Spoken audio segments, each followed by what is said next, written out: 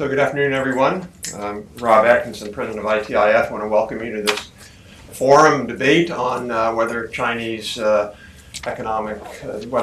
economy is a good or bad thing for the U.S. economy and the U.S. innovation system. We dodged the bullet on the snow, so that's a good thing, and hopefully it won't start snowing before we end. I'm going to turn it over to Jimmy Goodrich, who's going to be our moderator today, and Jimmy will do the introductions and moderation. Just a quick note on Jimmy. He is the Director of Global Policy at the Information Technology Industry Council. He's had more than 7 years' experience working with Chinese and global stakeholders. He has spent a number of years in China, including with government affairs at Cisco and also with APCO Worldwide, where he was the lead author on a groundbreaking report on Chinese indigenous innovation policy. So, Jimmy? Thanks, Rob. So thanks, everyone, for coming. As Rob mentioned, this topic is very close to home for me. I've seen a number of U.S. companies seen tremendous success, but also failure due to the rise of China. So the topic is very timely. A little bit more about myself. At ITI, I lead our China work. We're a lead voice for tech in D.C. and capitals around the world. We have a number of member companies. But the question that we're talking about really is the rise of China, looking at trade and whether or not that is productive or beneficial to firms in the developing world. This is critical for the United States and our growth, and there's been a lot of debate, not surprisingly, about this issue. We have 4 panelists today. Hopefully we're going to look at this topic in a little more depth and detail. Some, such as Professor Nick Bloom from Stanford, argued that in the paper that that's linked to in the website, argue that China's development is productive and increases competitiveness amongst firms in the developed world, and particularly his studies looking at Europe. Others are arguing that some of the trade protectionist policies and restrictive barriers that China have enacted are actually degrading the innovative and competitive capability of firms in the United States. So I'll just briefly introduce our 4 panelists. Today we have President Rob Atkinson of ITIF, lead foremost thinker on innovation and economic policy, long background in tech policy issues. Also put out a recent book on innovation economics, very relevant for today's discussion, and participating in the U.S. China Innovation Dialogue, leading the experts group. Also, we have Professor Nick Bloom from Stanford University, professor of economics, very well known. You may have seen his work, and he's had editorials or been cited in the New York Times, Wall Street Journal, CNN, BBC. Also, we're joined by Professor Phil Levy from the University of Virginia. Previously, he was at AEI and Columbia University. Had a long career in the government as well, working in the previous administration as a senior economist for the International Economic Council, Bush's Council of Economics. Also joined by Ambassador Alan Wolff from McKenna, Long, and Aldridge. Is a leading thinker in U.S. and international trade policy. Spent a lot of time looking at China and the rise of China. Is involved at the National Academy's Comparative Innovation Research Project.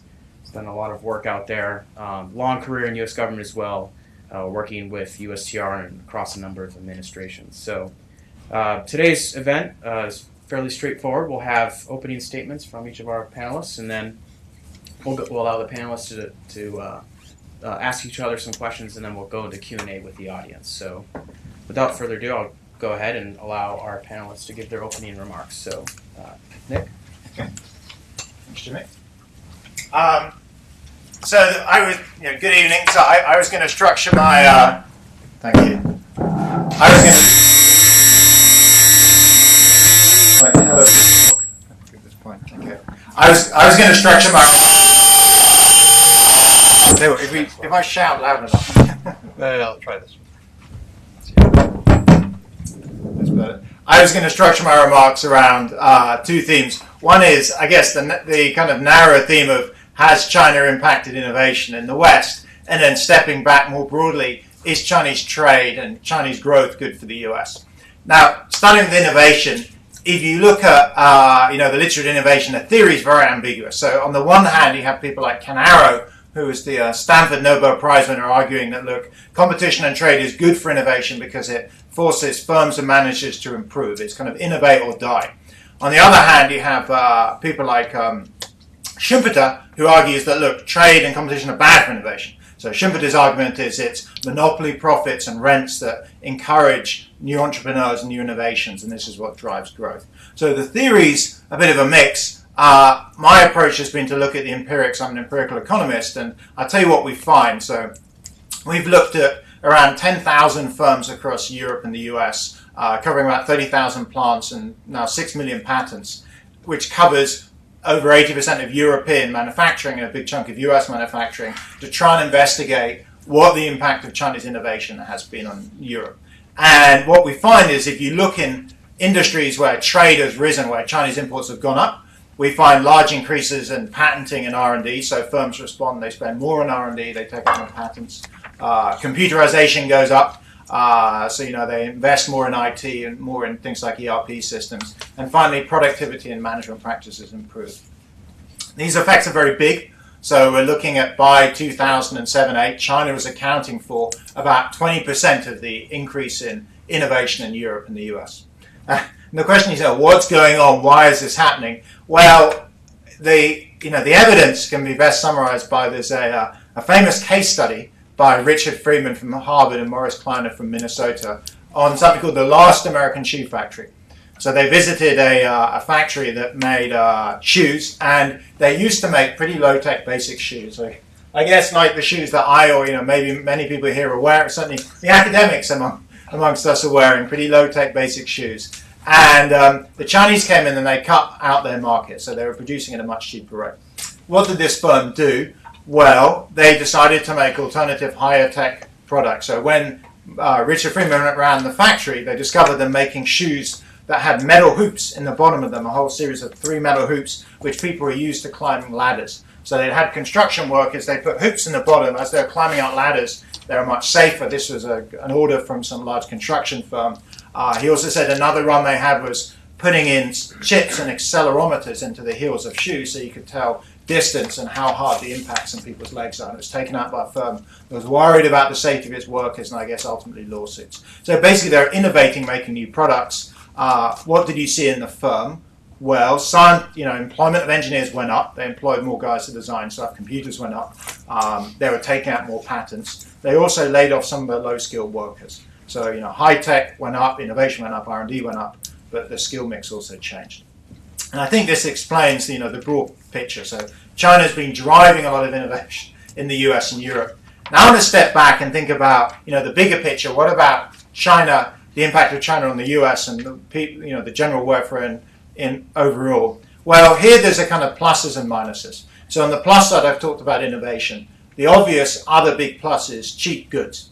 So if you walk into Walmart or Target or Home Depot, it's pretty obvious immediately that China is driving down prices. So the figures that people have estimated is China has reduced the price of goods by something like 20 to 40%, like really, really large numbers, very, very big impacts. And of course that has a direct effect on our welfare, where effectively people that buy goods are 20 to 40% richer. Interestingly, this has benefited low-income people much more than I guess people like this in the room. Why? Well, people like us basically spend much more money on holidays, eating out, cars, apartments, private school fees. We don't tend to spend a large amount of our income share on Walmart and Target. If you go and look at the bottom 10%, they spend a very large amount of their income share on these kind of basic products, and they've benefited tremendously. So, one plus is innovation. The other plus is reduced prices, particularly for lower income people, the people that have been hit more generally by increasing inequality. So that's the good side. The thing that I worry about, and I guess I'm still a free trade guy, but I should explain. Put the one side and the negative side is potential impact on employment. So there's a couple of papers that have come out recently. One by Justin Pierce at the Federal Reserve Board and by Peter Schott at Yale, that argues a big increase in manufacturing unemployment, or the reduction in employment, can be attributed to China. So how do they come to this conclusion? Well, they have a graph, which I can just tell you 3 points. So the graph goes from 1970 to 1999, and you see US manufacturing employment falling by about 1.5 million. You then plot that from 2000 to 2007, it goes down by 3.8. And that's 2007 was before the crisis, so this is, forget what's happened in the crisis. Now the question is, what's special about 2000? Why is there a big kink in 2000? Well, 2000 was the year that China got normalized trade relations, and in 2001 they joined the WTO. And their claim is, a lot of what's gone on in this is low-skilled jobs in manufacturing have disappeared. Companies have teched up, they've increased employment of high skill, but net employment's gone down. My concern over that, I guess, is around the fact that, citing another paper, Ortal, Dawn and Hansen, they've looked at what happens to these individuals. So they have done incredibly detailed work pulling out Social Security Administration data, labor files, a whole series of data analysis, and they show much of these loss in jobs has led to, at least in the short run, increases in unemployment and people retiring. Why? Well, think of who loses their jobs. They're typically older, typically lower skilled individuals, typically in more depressed parts of the country. So, stepping back, on the plus side, there's innovation and low prices. On the downside, in the short run, there's, at least in the short run, there's increases of unemployment, reductions of employment. What's my view? So, to summarize, my view is still very much pro-free trade. Why? Why is that? One is, if it hadn't been China, China's in a sense a stand-in for many other countries. So, Phil, as an economist, you tend to look at all low-income countries put together. The last 10 years, China's been driving most of the growth. We know, I don't know if people saw the piece in the Wall Street Journal last night talking about how China's now become so expensive, it's pricing itself out of the market. Indonesia, Vietnam, other countries are coming on board. It's also the case a lot of these low-skilled industries were naturally declining, so it's hard to tell what is China versus what is trade. But more generally, my sense is countries that have done very well, for example, Britain during the Empire period, or America this century, have been in favor of free trade, open markets. Countries that have done very badly, for example, Shogunate Japan, where it closed its borders for 250 years, or the Soviet bloc post-World War II, have been very much against free trade and in favor of closed markets. And so my sense is it's very hard to hold back the world, to protect ourselves against foreign competition. The best thing is to have free markets. It helps our innovation. It keeps our prices low. There are short-run adjustment costs, but in the long run, we know the best way to generate growth is by open trade and open markets. Okay. Thanks, Nick. Now we're going to hear a little bit from Rob, reflecting on some of the work that he's done earlier last year on his trade policy, looking at Chinese industrial policies. All right. Well, thank you, Jimmy. First of all, I want to compliment Nick. I've been you may not know this, Nick, but we cite your work often and usually in good ways. So I've long been a fan of your work and have a lot of respect for it. And I will certainly acknowledge that competition does keep people on their game, and you want a policy regime that encourages competition. But I want to raise three issues with Nick's, both his talk as well as his paper. First issue is really just about the fact that the study itself and some questions I would have about the legitimacy of the study itself. The second is whether we can apply those findings of essentially a positive European story to America. I would argue we cannot. And third, that whether we would have seen different effects, this notion of sort of free trade versus protection, I think is a very large misnomer. Much of what China does is the opposite of free trade, and much of what China does is what we term innovation mercantilism. So the first point, how legitimate are his findings? First of all, I compliment Nick on the paper. It's hard to do this work. I think you've done the best job of anybody on it, trying to tease these out. But a few things, I think. One of the points Nick makes is that Chinese competition leads to higher productivity. In fact, what he finds is that it leads to higher productivity within manufacturing, and that a large share of that productivity gain comes from firm death. So in other words, weak firms, low productivity firms die, they're replaced, the high productive firms are left, and therefore average productivity goes up. But that's not really the right question to ask. The right question to ask is, did the firms that die have higher productivity than overall productivity? And if they did not, if they did have higher productivity than non-manufacturing firms, then overall societal productivity goes down. So you can't just look at manufacturing productivity, you have to look at the effect on the overall economy. Nick mentions that PC work, he mentioned the PC firms that do better, they adopt more PCs. Well, again, I would question that, because one of the things that happens with Chinese competition is production workers tend to get laid off, and firms specialize more in advanced R&D and management and the like. The production workers typically don't use PCs. Those are usually used by the management and office class. So you would expect PC to grow. Nick also asserts that patents and R&D grow. But again, what he's measuring there is not, he's measuring that at the firm level. He's not measuring that at the country level. We don't know whether those patents are growing in Europe. We don't know whether firms are doing more R&D in Europe. And for Europe, that's what matters. Policy is not about firms, it's about countries. So the assertion that these are correlated to or directly the same as country benefits, I think, hasn't been proven. Second point is really about timing. Nick's study ends, I believe, in 2007. And that's an important point because Chinese economic policy fundamentally changed in 2006 with the publication of the long-term strategy, medium and long-term strategy for science and technology, what's called the MLP. China shifted their strategy, and we've certainly written about this and talked about it. China shifted their strategy from essentially an attraction model of attracting branch plant manufacturing from all around the world with a set of incentives to a domestic Chinese-oriented, Chinese firm-oriented policies around moving up the value chain. So I would, and we see that now with companies like Huawei, companies we're going to hear about, I would argue, very soon. AVIC, they're the Chinese competitor to Boeing and Airbus. If anybody watched the Super Bowl last year, you saw an advertisement from Haier, the Chinese appliance maker. Lenovo, we see it with their solar panels. So it's one thing to say in the 2000-2007 period, the Chinese were making T-shirts and shoes, and that was sort of a creative destruction process. I would argue that if we went back and looked at it again, we might find a different story. Nick talked about the fact that the Chinese impact was not really seen on technology-based industries, and it was tended to be more low-tech industries that saw the impact. I think we'll begin to see that. Related to that also, Nick talks about how his data show that European firms' profits declined. Now, again, their first initial response was to invest more in R&D and things like that, but I would question whether that is a sustainable strategy, that if profits continue to be pressed in Europe, you might find firms not able to continue that strategy. You talked about trapped value reallocation. I won't go into detail. That's a really interesting concept. But trapped value reallocation only works once. You can only reallocate that trapped value once, and then if you're under attack again, there's nothing to reallocate. You're just out of business or you're shrunk into business. Secondly, how do we know these apply to the U.S.? Nick talked about a number of studies. David Otter argued a quarter of our manufacturing job losses are due to China. The Federal Reserve Bank study that he cited shows even more.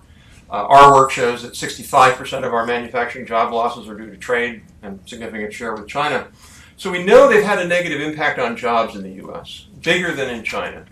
The question is, have they had a more of a hollowing out effect? So what Nick's thesis is that competition drives out sort of low-end firms and low-end industries, and then you reallocate those resources to high-end. And if that was what was going on, then I would be at the front of the line cheering. But I don't think that's actually what's going on. It may have been going on more in Europe because the European trade deficit with China, overall trade deficit and with China, was much lower than the trade deficit that the U.S. experiences, including with China. So what happened in the U.S., what happened in Europe was much more about low-end firms going out of business, high-end firms replacing them and exporting to China. So we see that in Germany in particular, where Germany runs a trade surplus with China. That's not really what happened in the U.S. We lost all up and down the value chain.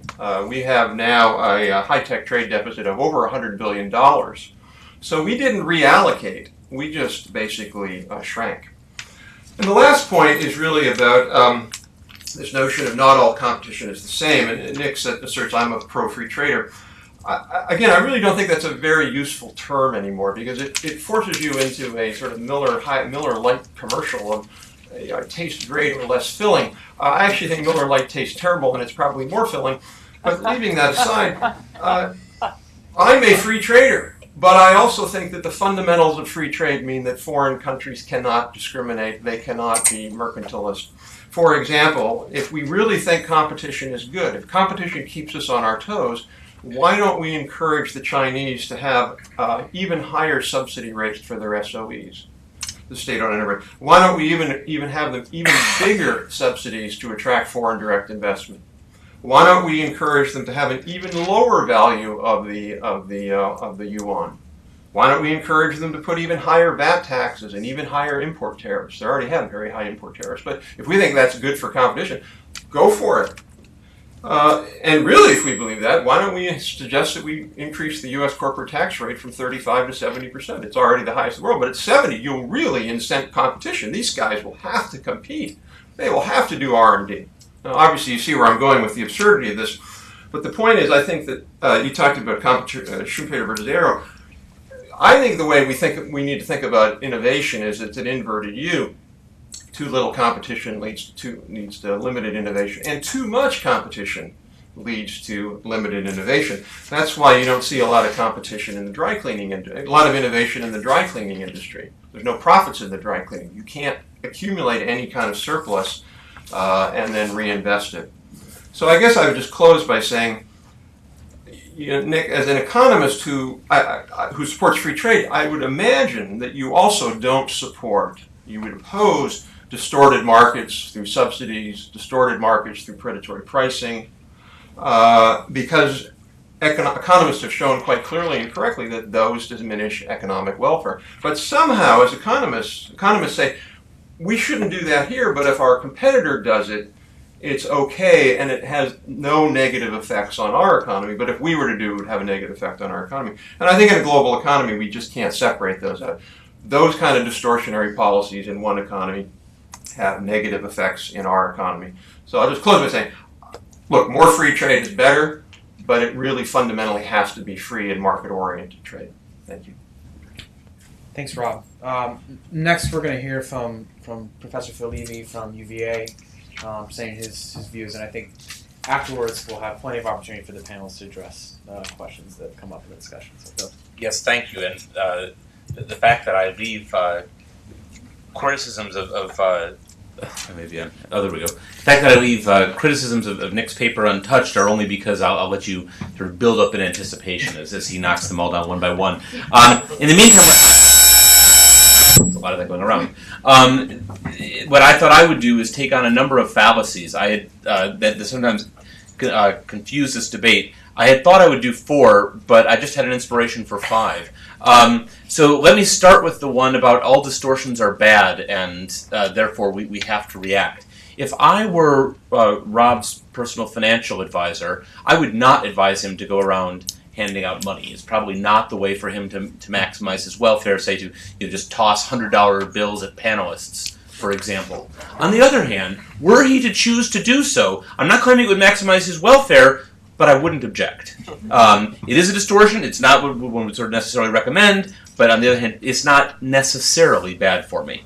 All right, let me turn to the 4 that I had planned to put out in advance, some of which is inspired by the sort of very interesting work that some of our panelists have done. First, the claim that China is successfully scheming to grab technological leadership in key sectors. Scheming? Yes. Successful? Well, that's another story. We have to look for the evidence. So we have to ask, in which sectors is China the cutting-edge innovator? There are certainly sectors that they've identified as important, and Rob listed some of them, that they may well at some point in the future take over the production of large passenger aircraft. But that's actually quite a challenge. Even for the established leaders, it can be a challenge to turn out a nice, well-functioning aircraft with non-burning batteries. But we haven't yet seen the Chinese master the art, and I don't think I'm going to grant them victory until we get sort of a little further demonstration. And I think what a lot of this comes from is misconceptions about how one grabs technological leadership. Does it emerge from a stated plan, which is then backed up by lots of funds? Or does it emerge from a fertile environment where you set the right conditions for innovation? I think an environment like that would include intellectual freedom, strong IPR protection, well-functioning capital markets, the ability for upstarts to challenge incumbents, and the ability for entrepreneurs to feel confident they can enjoy their gains when they win. Do we have any of that in China right now? I think you could argue that we don't. And even in the United States, where we certainly do have all of those desirable features, is it usually the careful plan that's well funded that prevails? If you look at things like, who would have predicted that an upstart Google would beat out Microsoft in search? That Microsoft would have to turn to Hotmail, despite the fact that they had sort of a lead in things like Outlook. You get these sort of young, underfunded upstarts, but they've had startup success. Apple beating out BlackBerry RIM, which had previously had an almost complete lock on the market. All of which is to suggest that the conditions, I think, for innovation leadership and the proven track record are substantially better here in the United States. Second, or I guess third fallacy, given that I added the one in the beginning, China's mercantilism undercuts the basic tenets of a pro-trade philosophy. This is a bit what Rob was talking about, with this isn't sort of free trade versus protection, that we're dealing with something different. We're dealing with innovation mercantilism. It's strange to treat this as a novel argument, since when David Ricardo, your compatriot, was making the initial case for comparative advantage, mercantilism was all the rage. It's what everybody did. All the fashionable governments were mercantilist, and what he was pointing out was there was a problem with that. That when you ended up with, well, now we'll come back to the modern age, if you have $3.3 trillion worth of foreign exchange reserves, you may think you've won because it's a big pile of chips, but what are you going to do with that $3.3 trillion of foreign exchange reserves? This is what China, roughly where China is right now. Well, you can buy foreign goods and services or invest abroad. You can't spend it domestically. It needs to be changed over. You did, your currency would skyrocket. So I think we would, and not only that, you could just sort of keep going and get even more, but then you increase your exposure to things like a depreciating dollar or increasing interest rates, both of which keep Chinese leaders up at night. So it's not obvious to me that this strategy is either novel or successful. Okay, fourth fallacy, foreign businesses are helpless sheep being led to the slaughter.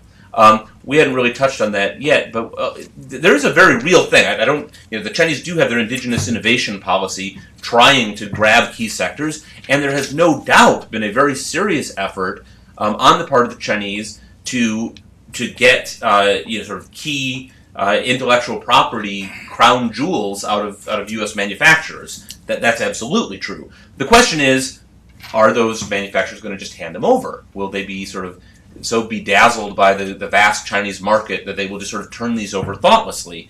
I think I have somewhat more confidence that these firms will make sort of careful calculations along these lines. That they will look to see, they may not send their latest generation technology to China. That they are sort of, those I've spoken to are certainly aware of this. That doesn't make this easy, and their life would certainly be a lot better if you didn't have those attempts, but it certainly does not mean that China is on the verge of sort of creating a new Silicon Valley in Shanghai, where they've got all the secrets and all the innovation emanates. And as Nick mentioned, we're also seeing evidence that the thing that might have drawn them, the fact that it's such a lucrative place to produce, is also shifting, as you're seeing moves in wages, and that was the story in today's Wall Street Journal.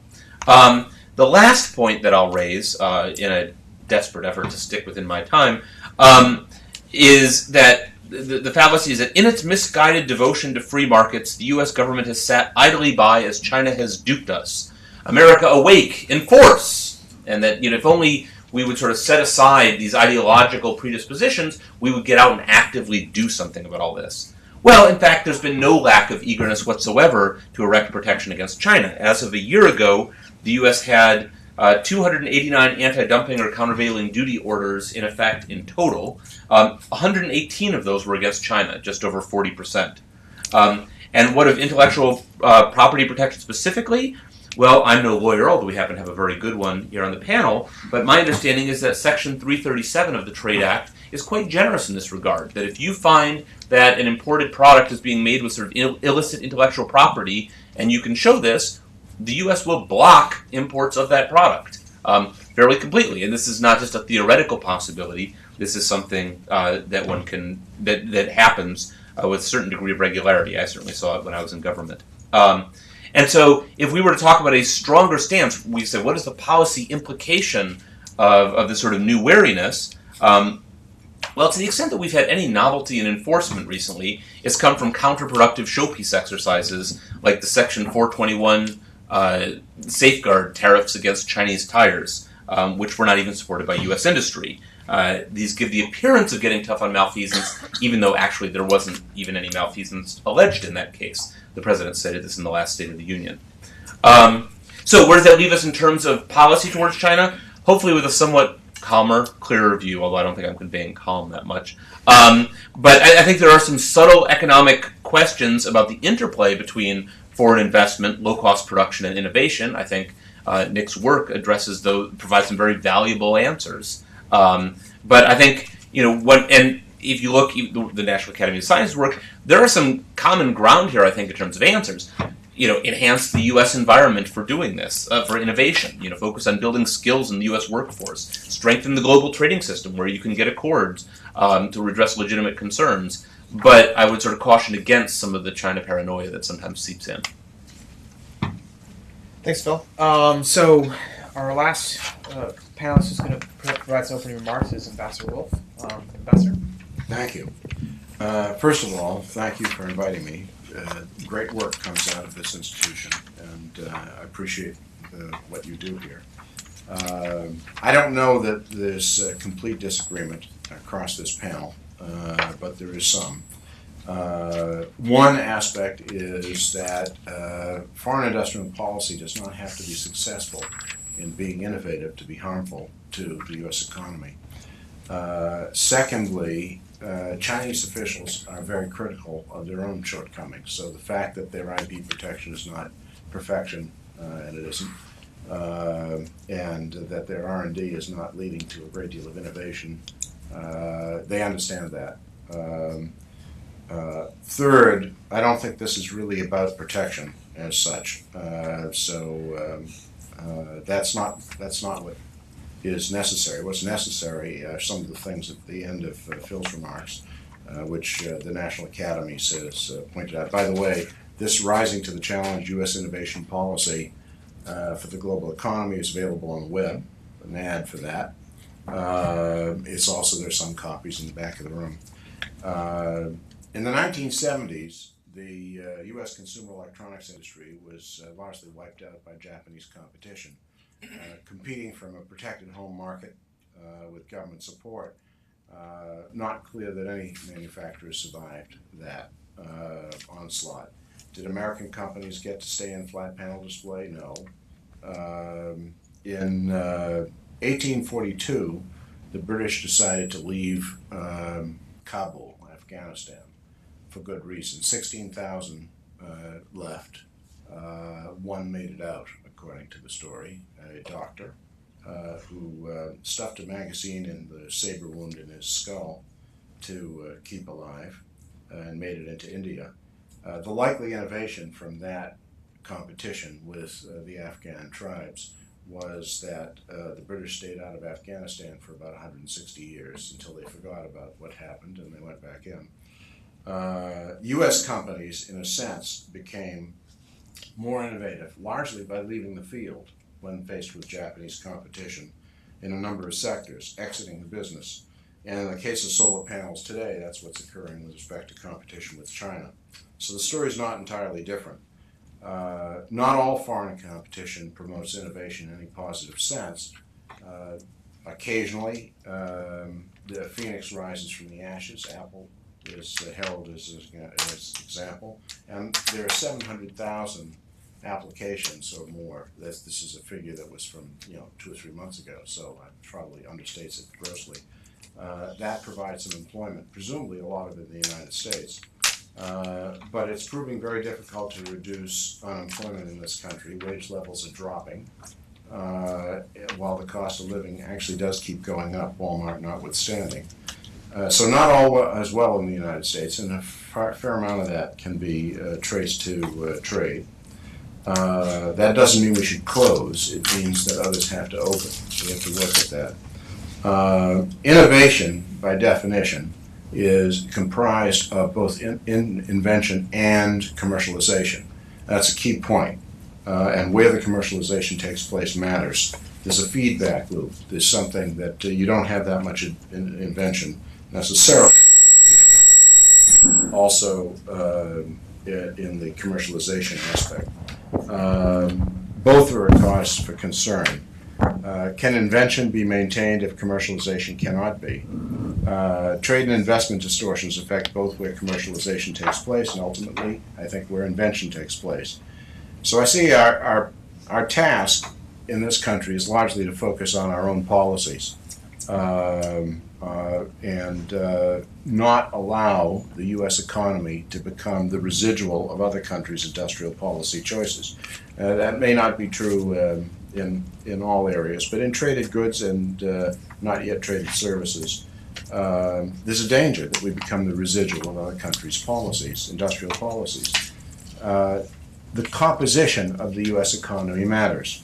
That doesn't mean that we engage heavily in our own industrial policy. It does mean that we need to do a number of things that this report from the National Academies, which is 98% not on trade, if not 99%, call out, as Phil has noted. A lot of China's policies we don't object to. Setting national goals, as long as it's not just self-sufficiency, because not all countries can have an export-led growth. Funding basic research, promoting STEM education, granting locational tax breaks up to a point, investing in state-of-the-art infrastructure, including broadband, granting preferential immigration status for highly skilled engineers. A lot of the things, they should be a matter of policy concern because we have to look in at our own policies, but they're not a matter of complaint. Now, there are a number of Chinese policies that are actually unacceptable. Industrial espionage, which is you can read about regularly in our newspapers nowadays. Intruders gained full functional control over networks at the Jet Propulsion Laboratory. It's a serious problem in terms of theft of intellectual property. A weak patent system in China and deficient protection of intellectual property. Forced technology transfer and location of R&D mandated to get permission for investment or other permitting or procurement. Use of state-owned enterprises to deny promised market access, as well as access to supplies. When rare earths were cut off shipments to Japan, it was state-owned enterprises that did it in the first instance, not a government mandate. Investment restrictions, relegating foreign companies to minority ownership.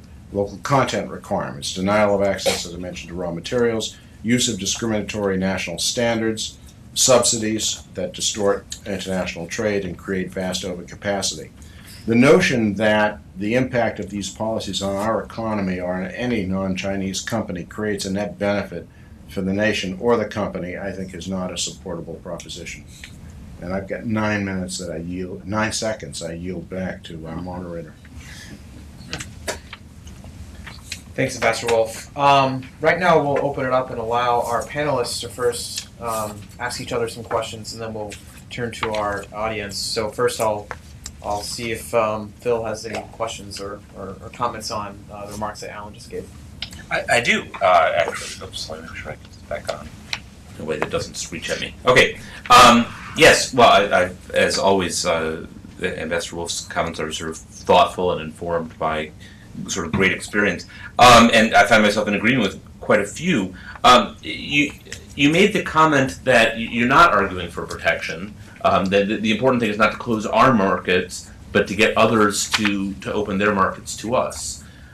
What is the practical approach to achieving that in this particular setting with China?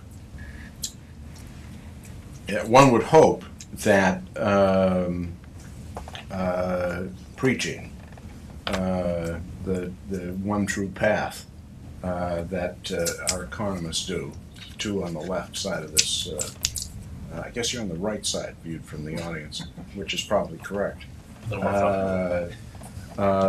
As I say, you talk to the NDRC people, National Development and Reform Commission, and they recognize a number of the defects in their economy. So, first, try that. Our leverage is very limited. One thing I would really recommend is that we understand exactly why something like Bloom, examined in the case of Europe. Why does manufacturing move? Why does trade take place? What is going on sector by sector? Where we might care, you have to prioritize where we care about it. So knowing why things are taking place and figuring out ways to counter that would be important. Do you think that this? I mean, do you see anything on the near horizon? You've got all this fabulous experience at USCR that would sort of have the Chinese. Many of these practices that you describe really are very objectionable. Do you see any near-term prospect for sort of compelling the Chinese to sign an agreement where they forswear such practices or take new restrictions on state-owned enterprises, for example? Yeah, one thing I would not do, which is contrary to our government, I would not rush into a government procurement agreement. I'm not convinced we would end up selling that much in China at present. What happened in wind turbines is foreign market share went from 77% in 2005 down to 10% today. And that was state-owned enterprises, who are the purchasers, utilities, deciding somehow all on their own that they wouldn't buy a single piece of foreign equipment when there was NDRC money involved. So I'm not convinced that that carrot should be offered quite yet until there's some greater reform and greater transparency in China. What about a bilateral investment treaty? I think that one ought to be. We have a model treaty which is based upon our treaty really with Rwanda. And there are some differences between the Chinese economy and the Rwandan economy, I'm told. Careful observers have noted, yes. Yes. Although there could be more empirical study done. So it has to be tailored to the nature of the problems that we have with respect to investment in China. A major difficulty is the Chinese government's propensity to retaliate against firms that do not go along with their suggestions, and we have an interagency task force on enforcement center, which is doing some research. So they'll be maybe a little bit better than the U.S. has been in the past. Now that's to bring WTO cases, which again do not lead to restrictions unless the losing side decides not to comply with the WTO panel decision. Do you worry that you might get expansive interpretations from WTO panels, and that sword can cut both ways? I'm not afraid of a WTO finding against us. If Boeing had subsidies, then we'll comply with whatever is required of us. Will there be those cotton, obviously. I would prefer that we weren't paying off the Brazilian cotton farmers instead reduced our own subsidies. It certainly could be in the subsidy area. You could also say gambling or something where you could get more expansive interpretations. The other thing I wanted to follow up on in my allotted time was you made an excellent point, which is just because a foreign policy hasn't succeeded does not mean that it's been innocuous, that it could well have harmed us. And I think that actually is probably a very good characterization of a lot of Chinese policies, where we would be better off if they didn't do it for a number of them. These are not the equivalent of gifts. But what is the implication then in terms of whether we should imitate them? When you're having sort of, I would argue that for a number of these things where we've had sort of prescriptive national 5-year plans on where we will take technological leads, that was probably the area where I had the most question about the National Academy's report. That there should be sort of more deliberate moves along sort of picking sectors, but maybe I misinterpreted that. What are the implications for whether we should imitate these policies that have not been clearly successful? I would not, if we have a national interest in having a major expansion of supply of renewable energies, then supporting that with government money makes some sense. There are things in China that we should emulate. They're educating an awful lot of engineers, and we don't, proportionally, in a much larger country in terms of population, we don't do that. They have at the high end, they have very, very good engineers. I mean, those numbers are a little inflated because a lot of the engineers are really not going to be innovators. But at the top end, they are really very, very good. And we have college debt or education debt of $1 trillion in this country. I think the comparable figure in China was probably 0.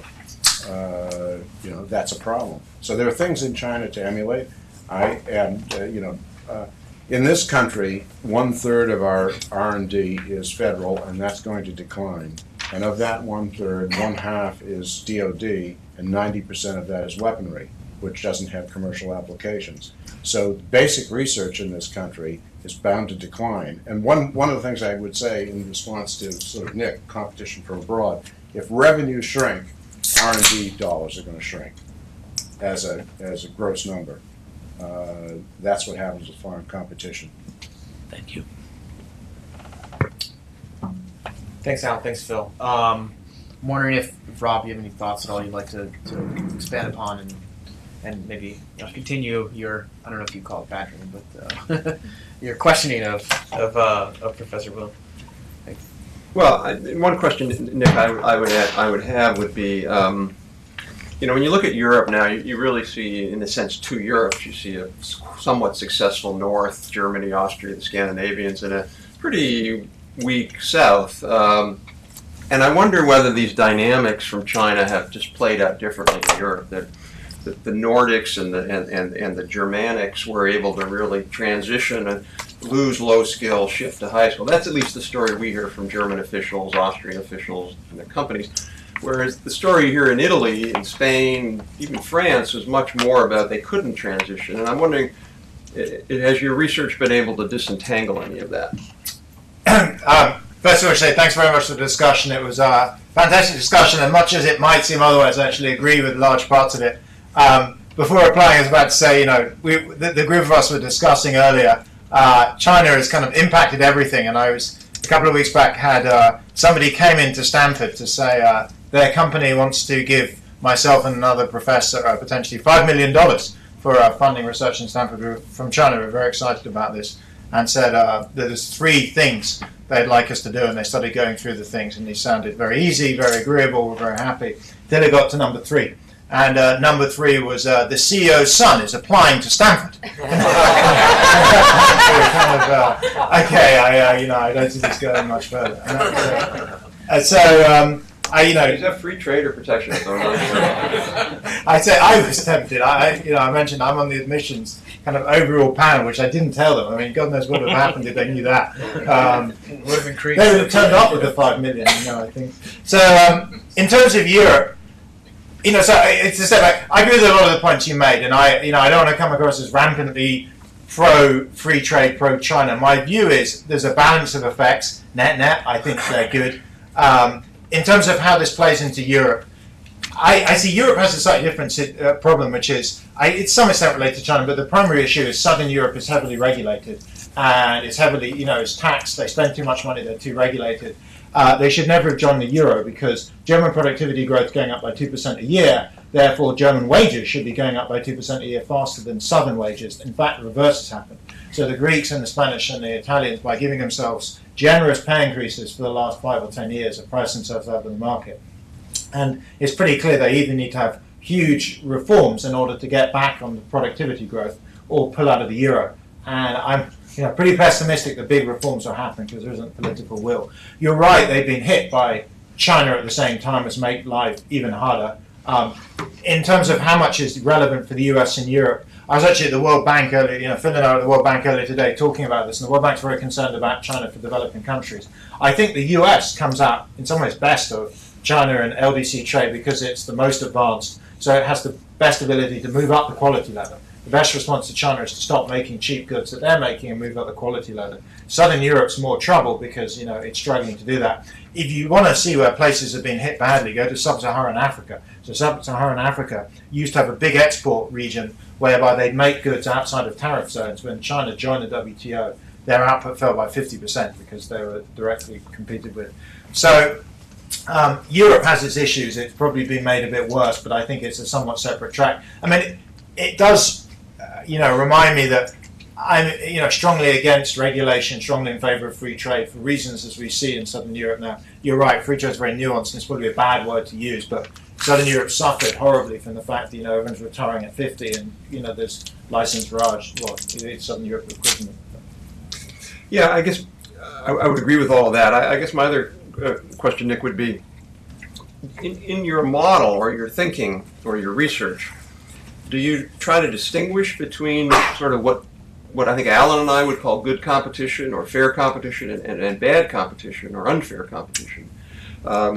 We could just look at, for example, the solar panel market in the U.S., where the U.S. had 50% of the global share. I think they're down to 5 now. Maybe the ones that are left are a little more innovative. I would argue a core reason, not the only reason they're down to 5, is that the average Chinese solar producer is getting essentially a net 40% subsidy. Now, I don't care how innovative you are, how productive you are, it's pretty hard to compete against a 40% subsidy, just right there. So, would you say that level of competition is good for the U.S., or is it more nuanced than that? It's a great question. I mean, empirically, we don't distinguish between them. As an economist, it's always a weird thing thinking about when foreign countries give you subsidies about how to try quite treat it, because I guess if you positioned it to the man on the street, they'd say it's fantastic. So imagine I tell you, you're Americans, you're buying solar panels at $100 a piece, but somebody wants to come in and pay for $40 of them, so you only have to pay $60. How do you feel? You'd be, if someone wants to give me free money, that's great. I have nothing against it. And in a sense, foreign subsidies and cheap foreign goods is exactly that. They're just making stuff for us cheap, and the cheaper they make it, the better it is. That's for consumers. The problem is what it does to the other side of the coin, which is our producers, and this is where there's a balancing act. On the one hand, consumers, typically in the case of China, poorer consumers are benefiting. On the other side, they're getting. Our numbers, what do we find? So you raised an issue. I didn't go into it, but about half of the impact we find is what's called within. So firms are actually spending more in R&D, they're becoming more productive, and half, as you put it, is between or creative destruction. So unproductive guys, or lower, I should say, productivity and less innovative guys are exiting, new guys are coming in. I think the second half is an important driver of innovation, and China's links into this for new firms, how they're driving innovation. You mentioned Apple. Another example came to mind is in a company called ITIF, where I met the CEO about 6 months ago. I mean, being in Stanford, there's endless of these meetings with Silicon Valley guys, and the guy has created a product whereby when you take a photo in your camera, it doesn't just take the electronic photo, it immediately syncs to your laptop and is in your folder, so it's through the kind of broadband network, which is vaguely useful, and it's been taking off. He said the process was they first designed it with a production cost in mind. They knew they could only get that production cost by going to somewhere like China. He said when it was designed, they then produced a small run in Silicon Valley, and then when it scaled up, they made a large run in China. It's therefore hard to say net what some of these effects are. That product would have never been created. We've never got the profits in the short-run jobs. It's true we didn't get the long-run jobs. So that's in the sense where the creative comes in to counter-effect the destruction. But you're right. So, there's a lot of moving parts here, and it really is a battle between consumers, cheaper products, and producers who make the current products who definitely lose, and future producers who potentially get. Yeah, I think we should just have a policy that people who are members of AARP should be giant China supporters because they don't work anymore. The rest of us all work. I'm a consumer and a producer, and I guess that's where, Phil, I kind of question a little bit sometimes the neoclassical focus on consumer welfare, because it assumes everybody's an AARP member and that they're not also a worker or producer. So we kind of look at it as, well, those poor suckers who were making solar panels lost their jobs, but the rest of us benefit. But what we ignore is that the solar panel guys lost their jobs, the textile guys lost their jobs, the auto people lost their jobs, the suppliers lost their jobs, the spillover effects of the local restaurants lost their jobs, and so it really, to me, is. I don't think we can differ. I don't think it makes sense to just completely just say, well, it's a consumer effect, and so we should be. I was going to raise a reverse question. So Phil, actually, this is kind of Phil's point. We were discussing earlier in the day at the World Bank, but he raised the issue. Imagine in reverse, we agree we wanted to reduce imports from China. There is a tricky thing to do. So the analogy I give you, what happened in Europe. So the Eastern Bloc joined the European Union in 2005. The Germans decided to prohibit Polish workers from working in Germany. The Danes allowed them to work in Denmark. The Germans said, we'll keep these guys out of our labour market to protect ourselves. What did you see? Well, very rapidly, large numbers of Danish construction companies that are allowed to operate in Germany because it's a free market were employing Poles. So for Germany, it was a disaster. The Poles were working there anyway. They just weren't working for Germans. They were working for Danes. And so it's very hard for them. And in the end, they just gave up. It was clearly impossible to police this. Phil's point was, imagine we barricaded against China. The Canadians are going to get the Chinese imports. And in a sense, the fact that they have cheaper imports enables them to export more cheaply. So we're competing not against the Chinese, but everyone around the world. And the Germans and the British and the Japanese are using, intermediate inputs. Like the iPhone you hear is mostly Chinese produced. If we don't let our American firms work with the Chinese producers, we're at a disadvantage versus other computers. Yeah, just to be clear, I maybe I'll speak for Alan here. You can disagree with me. I don't think either Alan and I'm certainly not saying I want to have fewer Chinese imports. There are lots of great benefits from Chinese imports. I can afford really great stuff that I couldn't afford. That's not what I object to. What I object to is their autarkic strategy to not import our stuff. They should be buying a lot more of our jets, our machine tools, all of those things. They shouldn't be, if they bought just the software they steal, we're talking $5 to $10 billion a year. So I just want them to buy things. I don't need them to stop. I don't need to put up barriers here. And I think the debate gets skewed as if somehow we're all just anti. Anybody who questions China is an anti-trade protectionist. So enforcement of property rights in China, I totally agree. So I agree fully on that. I guess my issue is blocking stuff coming in, but in terms of open markets, no, I totally agree. And one of our biggest sticks in order to get access to China is to allow them to have access to us. Absolutely. But can I ask a question then? I know I'm out of order, so I have to appeal for special indulgence from the chair. So are we all then agreed that we're no longer going to worry about all these stories that we were just telling about the people who were in textiles driven out because no one is proposing any remedy for this? I mean, it's true, if the Chinese buy lots more software, that's wonderful, but that's not going to help the North Carolina textile worker. So those stories were sort of a red herring? No, two things, Phil, to be perfectly clear. First of all, again, our view is not that we should somehow oppose creative destruction. Creative destruction is a reality. Our only position on that would be what we really have to do is we've got to do a lot more as a society to help those communities and help those workers make transitions. So absolutely, if we end up just by real free trade, not distorted free trade, losing low-wage commodity-based production because that's not our comparative or Cardigan advantage, I'm fine with that. In fact, that's actually, I maybe agree with Nick, that probably fundamentally is a good thing. My only point is that we're not then getting into the high end as fast as we should. So we're losing the low end, not getting into the high end because of these Chinese restrictions and IP theft and espionage and all these other. And secondly, some of that loss on the low end was due to unfair trade practices. Let me just add, if I could, we had lost our textile and apparel industry to a large extent before China really became a major factor. It went to Mexico, it went to Central America, it went elsewhere. And as Nick pointed out, the really serious effects that are demonstrable in a sort of macro sense of Chinese trade practices or Chinese trade are to be felt in Latin America, Southeast Asia, where they're not part of the production chain, and Africa, where the impact is just amazing. And you look at Australia, it's becoming the Argentina of the present, the Argentina of 1900. As its currency is driven up, they're very happy. Low unemployment, they're great. The trade balance is great. The federal budget is in great shape, and their manufacturing is disappearing.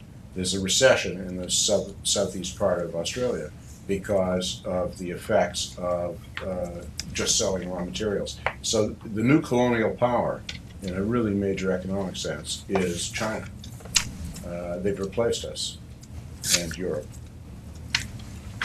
So, thanks, Ambassador. So I'd like to first ask one or two questions, and then we'll allow our audience also to ask questions of our panelists.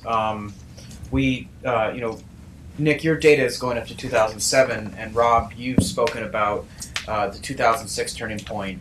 We could also look at potentially 2008 and the financial crisis. China initiated Strategic Emerging Industries Program. It's identified 7 industries, and perhaps previous to the pre-2007 period, it's actually opened up the funding and up to multiple U.S. billions of dollars is going to each of the 7 industries alone on an annual basis. And so potentially we might see a different trend as they're moving up. But the convenience they have is the government also owns their customer base. So in China, energy, rail, aviation, telecoms, we can have some quiet directives and the government ends up funding the procurement of its own R&D success. So the question is that enough? Is government ownership of SOEs, it's going to facilitate the purchasing of their R&D programs, is that enough to create competitive force that's going to create challenges for the U.S.? Also, you have, foreign export, foreign aid money that they can tie to procurement of Chinese innovation as well. So just like to, hear thoughts from panelists as to, do we see that as enough of a force to create the destructive power that we've been talking about? So, or who'd like to give that some thought? Well, I think it's not making any quips about this condition of Boeing right now, but I think it's very likely that what we will see by 2020 is that the Chinese aviation market, which is 95% of those purchases are controlled by the government, and the other 5% are probably influenced by the government. I would imagine by 2020 you'll see certainly, I'm just going to take a wild guess, half or less of the jet aircraft that are bought by Chinese aviation companies, aviation companies, will be Chinese made, Chinese owned by state-owned enterprises. Now, what's the effect of that? They may not be able to export those for a long time. They may never get really good. They may end up like being the Russian jet, whatever that was that nobody wants to fly. Sorry, but the effect is going to be that both Airbus and Boeing are going to have a significantly smaller revenue base than they would have otherwise. They're going to have significantly less revenue that they can put back into next generation jets. And that's going to harm Europe, it's going to harm the United States, and it's going to harm the global aviation market. And let's be clear, it's not because there's a private firm in China that thinks, geez, we can make a boatload of money. They're going to lose a boatload of money. They will lose ocean tankers of money on this before they make any money. But the Chinese don't care. And so I guess that's where I go to Phil's point is, that hurts us. So they may never get into export markets, but just the fact that they're not buying Boeing or Airbus, that is going to hurt us. And I think we will see that in industry after industry. We'll see it, we're already seeing it in advanced, in telecom equipment. We're going to see it in other areas as well. In terms of trade's impact on innovation, again, going back to Japan, the one success we had that putting aside maybe soda ash, was, but in a high-tech product, was semiconductors. And the problem was that there was an oligopsony. We could not sell, we were residual suppliers. We still had 10% of the market. And we convinced people like George Shultz and others, who were certainly free traders, Clayton Yiter, that something had to be done. And part of it was anti-dumping, because they were selling below, actually, right down to marginal cost. Because they were vertically integrated companies. They didn't have to make money ever on semiconductors. They didn't have to earn anything. So anti-dumping was only part of it. We needed access to their market. And we had leverage. We used it. Reagan used it. And got access to their market. Semiconductors are one of the top 5 exports of the United States now, and pretty important to our economy. Would not have happened if we had not intervened with countermeasures, in effect, trade measures, which were not, the important ones were not necessarily just the anti-dumping, it was opening the market and getting the Japanese, not to dump in any market. It was very tough, and it was only one case. One instance, one industry, and it's hard to replicate that. And on on anti-dumping, we used to have a lot of anti-dumping against Canada. Don't anymore. The markets are integrated. There's nothing. There's no dumping can take place. It's like across the United States. So when a market is closed, you tend to have dumping, even without the non-market economy methodology. You'd still have dumping cases against China, and of course the largest users of anti-dumping against China are not us, it's India and a few others. don't know if Phil or Nick has any thoughts on that. If I could, I wanted to just follow up quickly because Rob raised such interesting points. I would just note the sort of very difficult and intricate calculus of who gains and who loses and how much of the cost, the airline example, and whether or not there'd be purchasers. Of course, I think if we went back and looked in the 70s, China was not a major purchaser of U.S. They didn't have money. I mean, they were a basket case. So it's a mixed effect, and these sort of coming and going that they've sort of developed rapidly, which makes them a major buyer, and there may be other things that are concomitant with that. I guess the thing I most wanted to take up was this bit about the Chinese don't care, whether you sort of lose money or end up with this. That's where I would really take issue. That I think we've increasingly seen the Chinese do care. I think this is some of the points that Alan was making in terms of there has been listening, some among the Chinese leadership, but also among the Chinese population. I mean, look at the Chinese attempts to reverse engineer and create their own high-speed rail. You did get some public discussion of this when it went off the rails, as it were. And so I think that's something that we've seen increasingly. I think part of what you've had, and I've argued this elsewhere, is that as you've had increased integration with China, one of the benefits, this isn't directly with innovation, but it's involved sort of discourse, Chinese attending U.S. universities, backward, and there's now a demand for sort of criticism, accountability, and stuff. Certainly nowhere near on the levels that we have in the West, but a far cry from where we were a couple decades back. Well, and telling now the chief architect of that program is sitting in prison in Beijing for corruption. So that didn't go over too well. And now we're also talking about privatizing some of the railway enterprises. So, if the government now owns most of the customer base that can sort of commercialize its R&D, is then the answer looking to liberalize its economy, reduce state control, and do we even have an argument that can help them, continue down that path of reforms? Do we see any bright hope there? I don't know. Do you have any thoughts on that, Rob or Al? Where'd the money come from in China to do all this, besides selling goods to us and others? It came from not having a social safety net that's adequate. It came from wages that were depressed and are now rising. And I think any government has a balancing act of some sort and particularly in China. If the Chinese Communist Party wants to stay in power, then they have to satisfy the rising expectations of their own people. And with Europe in the doldrums, U.S. growth is not very great. The rest of the world, actually, a lot of places are not doing all that well.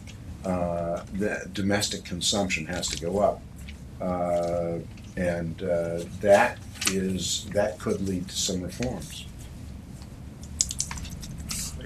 Okay. So I think we'll allow some time. We have about 15 minutes or so to allow for questions from the audience. Before we ask a question, if you could just introduce yourself, that'd be great. So we have microphones. Sorry? Brian Kane, CCIA and MIT. My question is, we have a lot of accusations about Chinese behavior. Is there anything we can do to get better empirical evidence? And I'm thinking particularly of the intellectual property area, where the ITC did a big study a few years back, and what it showed was very interesting, I think, that despite all this talk of industrial espionage, that misappropriation of trade secrets only amounted to 1.1 billion per year. And despite the concerns about the patent system, patent infringement only amounted to 1.3 billion a year, lost to U.S. companies.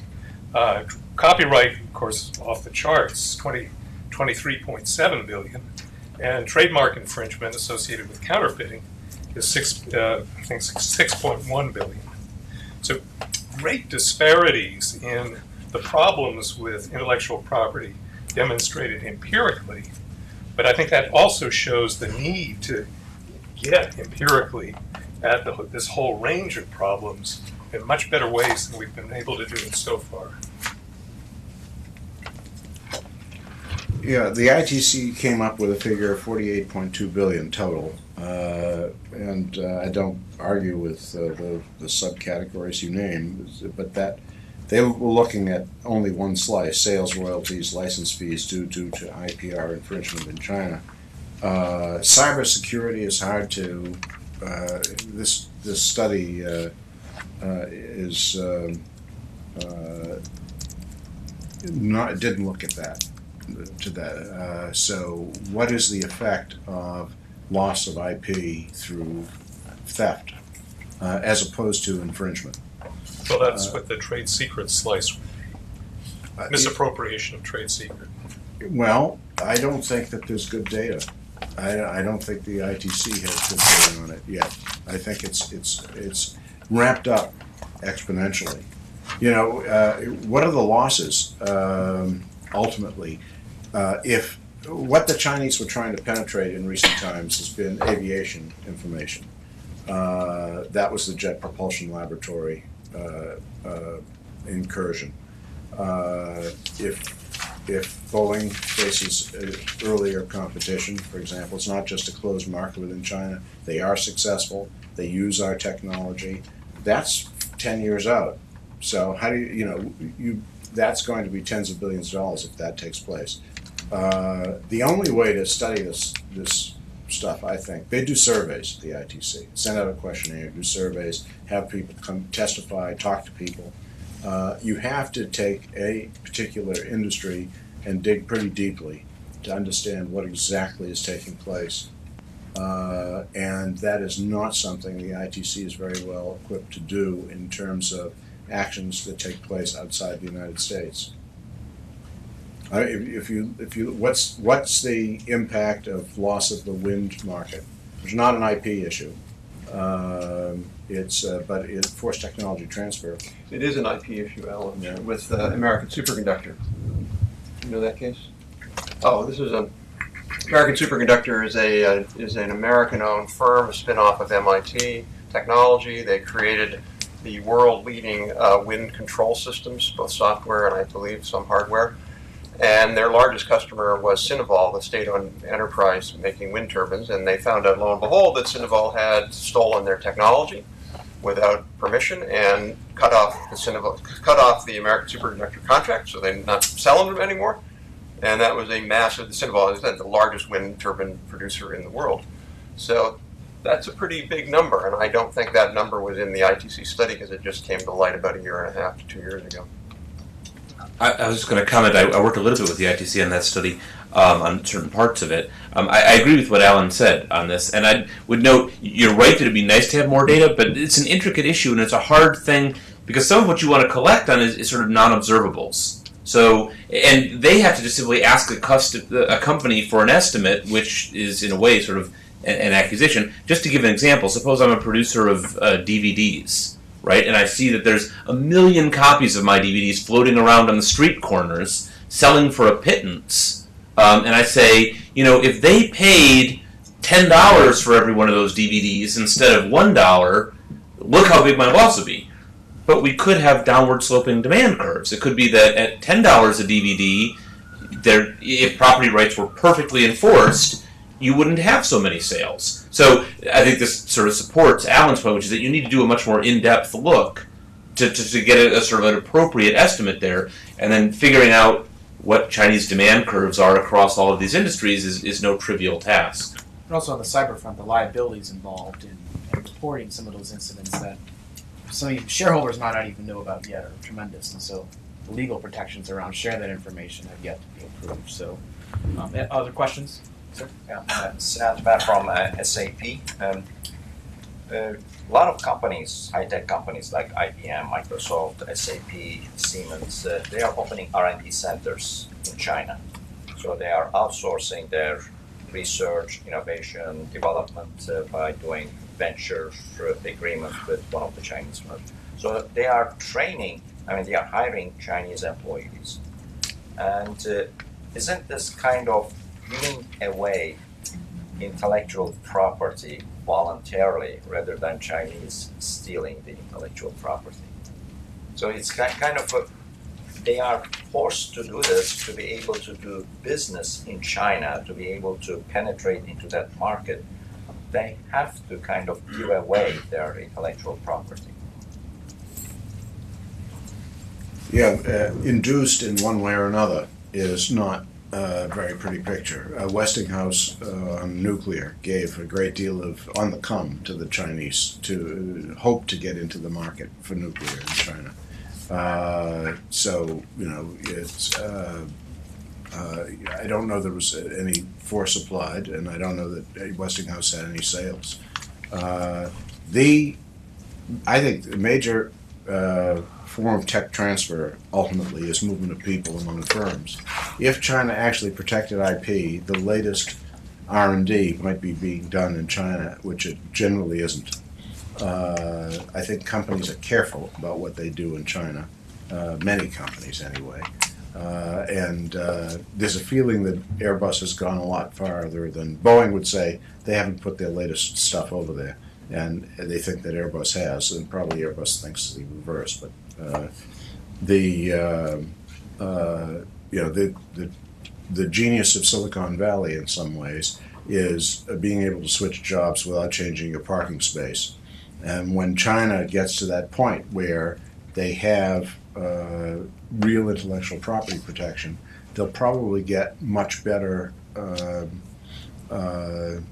technology from Western companies. And yes, there'll be movement of personnel among companies, not necessarily stealing technology, just they'll be very well trained engineers who are innovative, and they'll do great things in other companies. And they're not there yet. A lot of their high-tech parks, which are vast compared with ours, mega parks, are real estate establishments. They don't have that magic that takes place in Silicon Valley or Research Triangle or 128 around Boston. I mean, I was going to say this is it's like taking on an ominously anti-Chinese theme. In a sense, you know, the Europeans and the Americans do exactly the same. So if you want to get good prices for drugs in European markets, you've got to do R&D. The French are famous for setting drugs prices based on the amount of R&D you do in France, and the British do the same for the pharmaceutical retail price industry. The Americans did the same for defense procurement. So British Aerospace, initially a British defense firm, moved a lot of its production to the US, and in fact dropped the word British from its name. It's now BAE because they wanted to win government contract. Why? Because for the same reason the Chinese. So agreed, they're doing it. Are they any different from anyone else? I think the answer is not. I would also step back and say something else. That there's a kind of fear that China's going to topple the US, and somehow we're going to. I guess I'm still British, although I am going through citizenship later this year, so I don't quite know where I am. But as in the Americans. But a thing to put in history is America has been the richest large country in the world now for about 150 years. So overtook Britain around 1850. Why did it do that? It educated its employees more, and it had amazing, universities. And if you look at rivals that have tried to catch up, Europe tried to catch up, but you discover, like Japan, it's much easier to imitate than innovate. So Europe comes out of World War II, half of American productivity, almost catches up by the 90s, but can never close that gap, because to overtake, you've got to start innovating, the same with Japan. So my prognosis is running ahead 50 years. China's never going to overtake. It can close the gap, it can imitate, it will grow. Great for us, it's making great products and cheap products for Americans. But I think in terms of fear of some economic league table, the US is going to be there at the top for a long time. The only big risk for America is that they pull out of higher education. So if you look at the biggest risk to America, I don't think it's anything from China. It's the fact that our numbers of people going to college has flatlined, whereas the rest of the world keeps going up. And we used to be by far and away number one in education in the world in the 50s, 60s. Now we've sunk to, I think, 20. I mean, the most worrying number I saw is if you look, the OECD had these maths tests, and America was 20th in the world. Number 19 was Iceland, the country whose maths and banking maths is like terrible. I'd never trust Icelandic maths. America, there's China, but I think we'll stay top. But as long as we'll fight off any kind of Chinese challenge, as long as we stay true to education and elite universities. Nick, just two quick things. One, I really think it's a red herring. A lot of people raise. They'll say, well, you can't complain about China because. It'd be like saying, the other side is a congenital bank robber, and I didn't pay my parking ticket 5 years ago. No country's perfect, but it's not about whether you're perfect; it's about the scale. So perhaps some of that happens in defense or in drugs, in which is controlled by. What we're talking about is on a massive scale, on commercial. That's what we're talking about. We're not. I mean, don't even talk about government, because the Chinese don't even import anything by and large from government. So we're talking about a massive scale, and that's the difference. Second thing, just on this notion of, well, we're going to be ahead. Again, we absolutely are going to be ahead of China in 50 years. We'll be ahead of China in 100 years. That's not the question. I mean, in our book, we have a chapter on explaining the UK industrial decline, because we think there's so many lessons for the United States. At the end of the chapter, we have this wonderful quote from, I'm sure you know, I can't remember the guy's name, well-known economist, because look, we shouldn't worry about any of this. The fact that the UK has declined and has fallen apart and lapsed its economy, industrial economy, we're still richer than Zimbabwe. So I'm happy to say that we will still be richer than China in 100 years. That's not the question. The question is, could we be even richer? And also, there's a perception that there is mandatory tech transfer requirements in almost every industry. It's actually, if you take a closer look, not every industry is that way. So, for example, in the ICT industry, a very limited amount of tech transfer mandates, and very few companies have actually transferred their knowledge over to Chinese companies. But rail and aviation, there are more very overt requirements for firms to transfer tech. So I think it's industry by industry. Other questions, sir?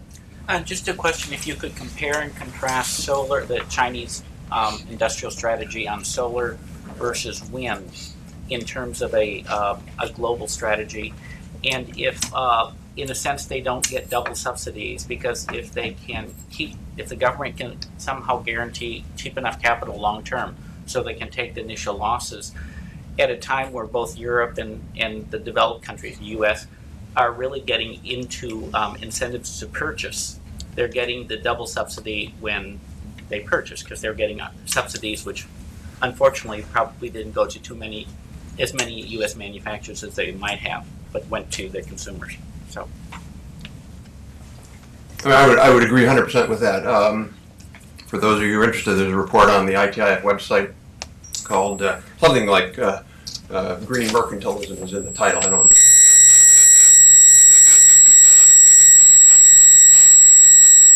Around the world have put in place to capture that industry, and China again being the worst. Just simply, and by the way, some of that also is direct IP theft. It's not as if the Chinese just developed these technologies on their own. As I mentioned, in wind, they've done theft. So I would agree with you that the Chinese market for wind and solar would be significantly smaller if they didn't have these policies. but isn't one case where they have a major domestic market and another one where it's almost entirely export focused at this time? Yeah, solar is entirely export, 95% exported. They're trying to change that, but that's where it is today. And industrial policy generally leads to overcapacity, whether it was Europe in steel or China in solar. If everybody says that's the direction we want to go in and we're going to fund it, then you get too much of it, and then you have some fallout. They'll have consolidation there in both wind and in solar, but our consolidation is headed towards the vanishing point in our country. So time for one more question. Do you see that the theft of IP from China is state sponsored? Or are we talking private on private? I think it's very hard to know, but I think officials in our government believe that certainly a not insignificant share of it is state-sponsored, or certainly state-enabled. The Chinese could stop this, could stop most of it if they want. The Chinese government, if wanted to, I believe, could stop most of it. That's not to say that that a ministry is involved in it directly. But if you extend that out to SOEs, as SOEs are part of the government, then you're talking about a very, very significant share of it. At least that's my view. I don't know, Jimmy or Alan, who know more about it. Some years ago, a French official called me and he said, I just want you to, this was the result of a squabble inside the French government, obviously, interministerial rivalries. There are 75 engineers in telecom companies, French engineers in telecom companies in the United States, who are funneling information back to France. And just wanted you to know, it's a government program, although private company engineers. And I reported it to various and sundry folks in our government who could not have cared less. it's very difficult to find the dividing line between Chinese government policy and company policy, especially when half the economy, if not more, is still state-owned enterprises. So, one has to believe that some of the cybersecurity attacks have got to be enabled by the Chinese government. Well, I just know today an article came out in the Wall Street Journal regarding Iran and their hacking of the banking system in recent months, and how this matter has moved into the Pentagon. Secretary Panetta addressed it. So that just recently happened. Well, this hacking by the government of China has happened for years that we've already known about. Has the U.S. moved this issue into the defense realm to deal with it, or is it a little bit more subtle due to trade importance? I mean, I would just add that I think there's a widespread perception that it's a government orchestrated campaign, and there's a lot of perceptions towards China that take that view that there's this well coordinated, highly oiled machine working, and I think that's certainly not the case in my experience in dealing with the government, and that there's probably a lot of theft going on of IP in a lot of industries. As Alan mentioned, it's not just China, it's a lot of other countries that are well known to be engaged in industrial espionage. So I think it's a matter of law enforcement, and if you look at, if China's not able to even go out and clean up pirated DVDs, how are they going to be able to go out and clean up very complex industrial espionage cases? So I think the answer is there's a lot going on. Not all of it state-sponsored, might be a little bit, but and it's going to take them some time to build capacity to actually start looking at it. I don't know if anyone else like that. One additional point, and that is it's not espionage, but the Germans have Fraunhofers, which are 1/3 federal government, 1/3 the lender, the state governments, and 1/3 private sector, and it's all for industrial development. And they have these Fraunhofer institutions around the world, including I think 6 or 7 in the U.S. One is next to MIT. They want to know what's going on in the United States, and we're not actually very good at that. We don't have Fraunhofers, so it's sort of our fault. It's not espionage. It is trying to keep up with the latest what's going on. There is, by the way, should mention, there is cooperative R&D with China in the energy area and renewables, in coal sequestration, carbon sequestration. The Chinese have very good data on cancer incidents that is very valuable to NIH. They're very good at genomic sequencing with respect to cancer. They're ahead of us. And so there are areas of collaboration. It's really not all one way. We've been talking about it as sort of the Chinese are here to gather whatever they can here. But there are areas for actually open collaboration. And also I think that there's an increasing awareness within China's own companies where you have one of China's major industrial equipment manufacturers, Sangyi, and their Chinese competitor were engaged in a very fierce industrial espionage campaign, and it's come out in the Chinese media. There's a lot of government attention to it, and the government's actually going to take some of these people to court. So there is actually increasing awareness when it's starting to impact Chinese firms. So I think that we're going to see an increased enforcement of some of these cases as they impact China's own companies as well. So anything else, like any final points or? Okay. I'll just say I put the remarks I would have given on the table in the back if I had had the hour and a half to myself. I might not have held you all here. Well, I know we're already at 6 o'clock, so folks probably looking to try and beat the traffic, although it might already be too late. So, Rob, I don't know if you want to say anything or. You're good. Okay. Thanks everyone, and thank our panelists.